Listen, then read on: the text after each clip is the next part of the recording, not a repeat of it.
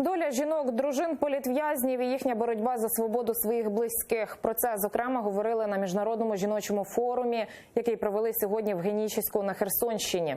Участь у зібранні взяли дружина лідера кримськотатарського народу Сафінар Джемілєва, історик Гульнара Бекірова та представниця кримськотатарської діаспори Туреччини Шаріфе Орак. Подробиці далі. Як жити без чоловіка, якого окупанти кинули за ґрати, як заробляти на життя та виховувати дітей самотужки, як не мати можливості відвідувати Крим, з якого довелося виїхати через анексію.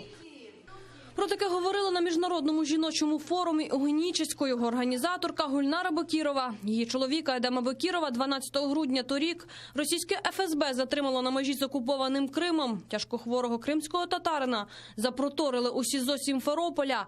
Там він без необхідної медичної допомоги вже 80 днів. Говорили и о арестах, говорили сегодня и о том, что в Крыму уже вот как бы жить, да, те люди, которые живут, они живут, имея свою позицию, имея честь и гордость за свой народ. Поэтому тем людям, которые живут в Крыму, мы им тоже очень благодарны. А вже наступного дня Едем Бекіров опинився на лаві підсудних в окупаційному суді Сімферополя. Після доби у відділку ФСБ без їжі і ліків.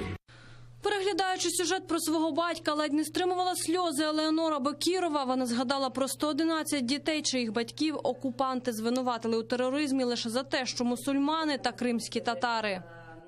Я очень хочу, чтобы в каждой семье всегда был детский смех, чтобы каждый ребенок прочувствовал отцовскую, материнскую любовь.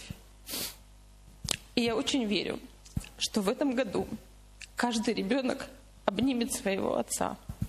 Про боротьбу за звільнення Криму та непростий шлях її чоловіка розповіла дружина лідера кримськотатарського народу Сафінар Джемілєва. Вона побажала стійкості дружинам політв'язнів в окупованому Криму. В дальнейшем, чтобы каждая женщина приложила усилия свои в этом борьбе за целостность Украины, за возвращение, освобождение Крыма от оккупантов. Почувствовали, что мы не одиноки, что мы придали нам силы, дух бороться дальше за свою независимость. Історик Гульнара Бекірова привезла на форум документальну стрічку «Більше, ніж Крим». Це серія фільмів про великих людей кримськотатарського народу. Сьогодні дивилися стрічку про Мустафу Джемілєва. Сегодня мы в действительности, о чем бы мы ни говорили, мы все равно говорим о правах человека, мы говорим о том, что Крым находится в беде. Мы как будто бы вот переживаем заново вот те страшные, очень трагические события, страницы нашей истории, которые, казалось, в прошлом, да, была героическая, очень страшная, тяжелая борьба крымских татар за возвращение. На Міжнародний жіночий форум кримські татарки приїхали навіть з Туреччини. Одна з них – Шаріфе Орак. Вона каже, такі форуми єднають кримських татар усього світу.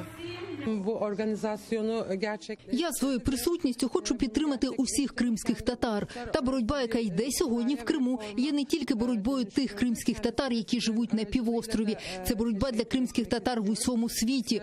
І ми, кримські татари Туреччини, намагаємося брати участь у цьому мирному супротиві.